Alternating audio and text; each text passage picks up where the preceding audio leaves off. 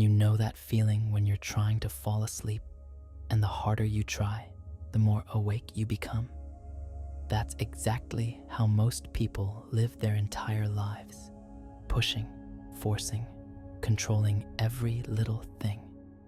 And then one day, something breaks. Not you.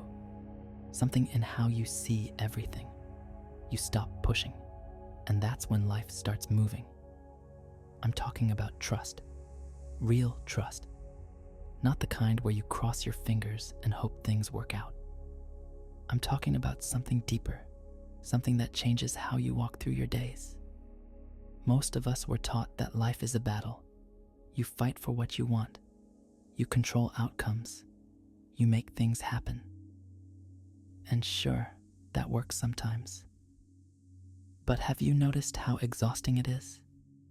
How you're always tense, always calculating, always 3 steps ahead in your mind while your body is somewhere else entirely? Here's what nobody tells you. Life has intelligence, not the kind you learn in school. I'm talking about the intelligence of a river that always finds the sea. The intelligence of your body healing a cut without you thinking about it. The intelligence of how a forest grows, not in straight lines, but in patterns that make perfect sense when you step back and look. You're part of that intelligence. You always have been. But somewhere along the way, you learned to override it. You learned to trust your worried mind more than the quiet knowing in your gut. You learned that control equals safety. Think about the last time something didn't go your way. A plan fell through. A door closed. What did you do?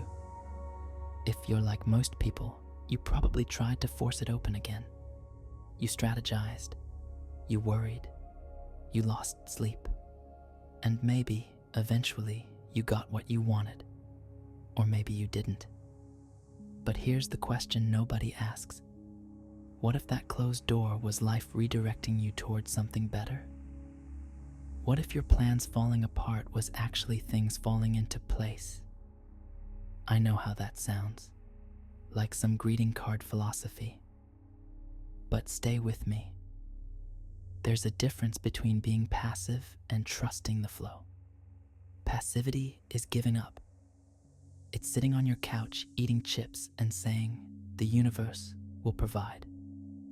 That's not what I'm talking about. Trusting the flow means you still move, you still act, you still make choices. But you do it from a completely different place inside yourself. When you trust the flow, you stop trying to control the river and start learning how to navigate it. You feel where the current is strong. You notice where it's pulling you, and sometimes you let it take you to places you never would have chosen with your limited human planning. Let me tell you what happens when you start trusting. First, you notice the signs. And I don't mean mystical visions or voices from the sky. I mean the small things. You think of someone and they call. You need information and a book falls off a shelf. You take a wrong turn and end up exactly where you needed to be. Most people dismiss these as coincidences. But what if coincidences are just the visible part of something much larger? What if reality is constantly communicating with you, and you've just been too busy planning and controlling to notice? Scientists are starting to understand this. They call it quantum entanglement, synchronicity, the interconnected web of all things. But you don't need to understand the science to experience it. You just need to pay attention. Here's the thing about life's flow. It doesn't care about your timelines. You want something to happen by next month. Life says it'll happen when you're actually ready for it. And being ready isn't about having enough money or the right circumstances. Being ready is about becoming the person who can receive what's coming. I see this all the time. Someone desperately wants a relationship, They try every dating app, every strategy, every technique. Nothing works. Then they finally give up, focus on themselves, start enjoying their own company. And boom, love walks in. Not because they stopped wanting it, but because they stopped needing it to feel complete. That's the paradox of trust. When you release your death grip on what you want, you create space for it to actually arrive. When you're clutching and controlling, you're like a closed fist. Nothing can come in. But when you open your hand, when you trust, that's when life can place things in your palm. Now, your mind is probably arguing with me right now. It's saying, but what about action? What about goals? What about making things happen? And that's fair, because here's what trusting the flow doesn't mean. It doesn't mean you stop having desires. It doesn't mean you sit around waiting for things to magically appear. It doesn't mean you never feel frustrated or disappointed. What it means is you hold your desires lightly. You move toward them, but you're not attached to exactly how they show up. Think of it like this. You're sailing. You can't control the wind. You can't control the waves, but you can adjust your sails. You can read the water. You can work with what's there instead of fighting it. That's the art of trusting life's flow. By the way, our shared space of light and awareness is on its way to 100,000 people. Thank you to everyone who subscribes and brings this moment closer. And here's what I've noticed. The more you trust, the more trustworthy life becomes. Not because life changes, but because you start seeing what was always there. You start noticing how things work out in ways you couldn't have planned. How delays turn into blessings. How losses turn into liberation. There's something your body knows that your mind keeps forgetting. Your body knows how to breathe without you thinking about it. Your heart knows how to beat. Your cells know how to regenerate. You are literally made of intelligence that doesn't require your conscious control. So why do you think your life is any different? Why do you think you have to micromanage every outcome, control every variable, predict every possibility?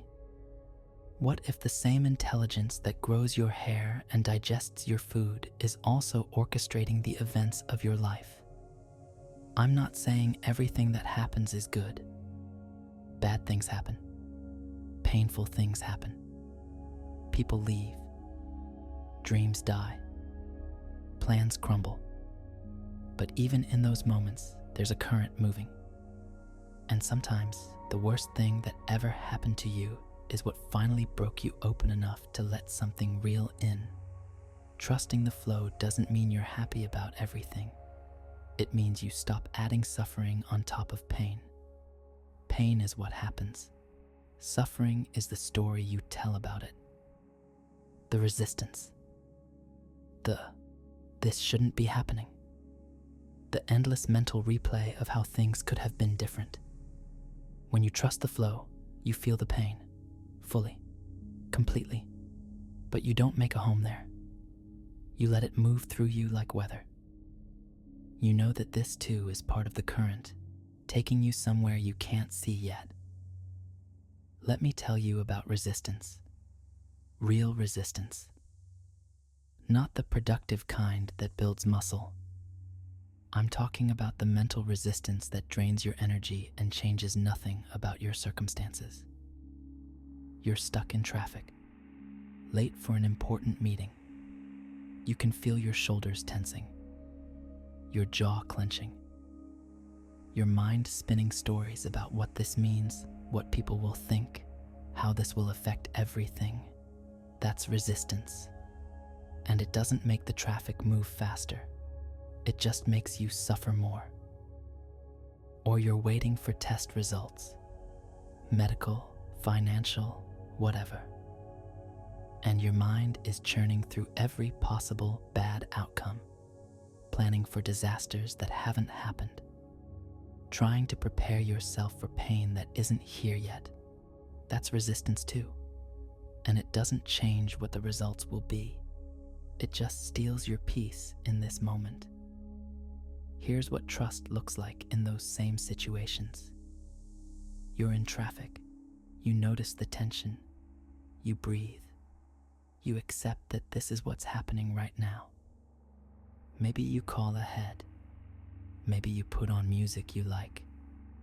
Maybe you just sit there and watch the brake lights like there's some kind of meditation. You're still late, but you're not suffering about being late on top of actually being late. You're waiting for results. You notice the fear. You let it be there. You don't try to think positive or convince yourself everything will be fine. You just acknowledge, right now, in this moment, I don't know. And not knowing is uncomfortable. But it's also true, and there's something clarifying about truth, even uncomfortable truth. That's the flow. It's not about everything going your way. It's about moving with what is, instead of fighting it. I want to talk about timing, because this is where people get really confused about trust. They think trusting the flow means everything should happen easily and quickly. But that's not how it works. Think about how things grow in nature. A seed doesn't become a tree overnight. There's a whole process. First, it has to break open in the dark soil. Then a tiny shoot emerges. Then roots go deep before branches reach high. And all of this happens at exactly the right pace. Not too fast, not too slow. Just right for that particular seed in that particular soil in that particular season. Your life works the same way. There are things growing in you right now that aren't ready to emerge yet. There are roots going deep that you can't see. And if you try to force it, if you try to make things happen faster than they're meant to, you actually slow everything down. I learned this the hard way. There was something I wanted desperately. I could see it so clearly. I knew exactly how it should unfold. And I pushed hard. I made it happen through sheer force of will. And you know what? I got it. But it fell apart almost immediately because I wasn't ready. The timing wasn't right. I had forced something to bloom before its season. Later, years later, the same opportunity came around again, but I was different. I had grown into it, and this time, it didn't require force. It just opened like a flower that had been waiting for the right morning. That's what trusting the flow teaches you. Timing matters. And you don't control timing. You can't skip chapters. You can't rush seasons. But you can trust that if something is meant for you, it will come when you're actually ready to hold it. Here's how you know you're ready for something. It doesn't feel desperate anymore. There's desire, sure, but not that grasping, clutching, I'll die without this energy. When you're ready, there's openness, space, a kind of calm knowing that whether this particular thing comes or not, you'll be okay. And ironically, that's exactly the energy that allows things to actually arrive. Let me tell you what changed for me when I started trusting the flow. Small things first. I stopped trying to control conversations. You know how you're talking to someone, and instead of actually listening, you're planning what you'll say next, trying to steer things toward a particular outcome. I stopped doing that, and conversations got so much better, deeper, more real. I stopped planning my days down to the minute. I still have structure, still have things I need to do, but I leave space, room for the unexpected. And in that space, the most amazing things happen. Conversations I wasn't planning, ideas I wasn't looking for, connections that change everything. I stopped trying to figure out my whole life. Used to drive me crazy, not knowing where I'd be in 5 years. Now, I barely know where I'll be in 5 months, and instead of feeling scary, it feels alive. Like I'm actually living instead of executing some predetermined plan. But the biggest change? I stopped fighting with reality. This is huge.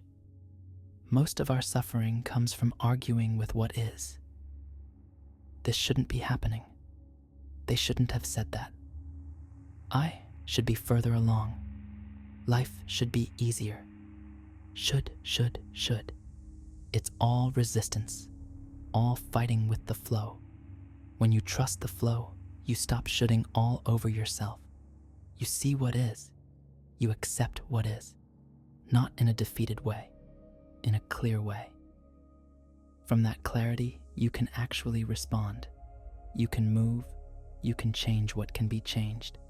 But you're not wasting energy arguing with reality anymore. Here's what's wild. When you stop resisting reality, reality stops feeling so resistant. Problems that seemed impossible start having solutions. People who seemed difficult start making sense. Situations that felt stuck start moving. Nothing external changed. Your relationship with what is changed. And that changes everything. Now I want to talk about intuition, because this is your primary navigation tool when you're trusting the flow. Not your planning mind, not your worried mind, your intuition. Your intuition is always talking to you. Always. But most people can't hear it because their mind is too loud. It's like trying to hear a whisper in a stadium full of screaming fans. Your intuition speaks quietly. It doesn't argue. It doesn't convince. It just knows. It's that feeling in your gut, that sense of rightness or wrongness that comes before thought, that quiet pull toward one thing and away from another. When you start trusting the flow, you start hearing that whisper, not because it gets louder, but because you get quieter. You stop filling every moment with noise and distraction and endless mental chatter. You create space. And in that space, you can hear what's always been there. Your intuition knows things your conscious mind hasn't figured out yet. It reads patterns. It senses energy. It connects dots that seem unconnectable. And when you learn to trust it, when you learn to follow it even when it doesn't make logical sense, your life starts flowing in ways that feel almost magical. But here's the thing about following your intuition. It requires courage. Because intuition often tells you to do things that look crazy from the outside. Leave the stable job. Move to a new city. End a relationship that looks perfect on paper. Start something that has no guarantee of success. Your logical mind will have 1,000 reasons why you shouldn't listen. And those reasons might all be valid. But your intuition isn't concerned with safety. It's concerned with truth, with alignment, with what's actually right for you, not what looks right to everyone else. When you trust the flow, you start valuing alignment over security. You start making choices based on what feels true, not what feels safe. And paradoxically, that's when you find real security, not the kind that comes from controlling everything, the kind that comes from knowing you can trust yourself to navigate whatever comes. Here's what I want you to understand. Trusting the flow isn't something you do once and you're done. It's a practice, a daily moment-by-moment practice of letting go and paying attention. Some days you'll remember, you'll feel that ease, that sense of being carried by something larger than yourself. Other days you'll forget, you'll grip and control and worry yourself sick. And that's okay. That's part of it too. The practice is noticing when you've clenched up and consciously relaxing again. Noticing when you've started fighting with reality and softening into what is. Noticing when you've stopped listening to your intuition and turning the volume back up. It gets easier. Not because life gets easier, but because you get better at dancing with it. You develop a feel for the current. You learn to spot the signs. You start to recognize the difference between forced action and inspired action, between real obstacles and imaginary ones, between what you actually want and what you think you should want. And slowly, gradually, life stops feeling like something you have to wrestle into submission. It starts feeling like something you get to participate in, like you're part of a larger conversation, a bigger dance, an unfolding story that's more interesting than anything you could have written yourself. That's what's available to you, right now. Not someday when you've figured everything out. Now, in this moment, with things exactly as they are. The flow is here.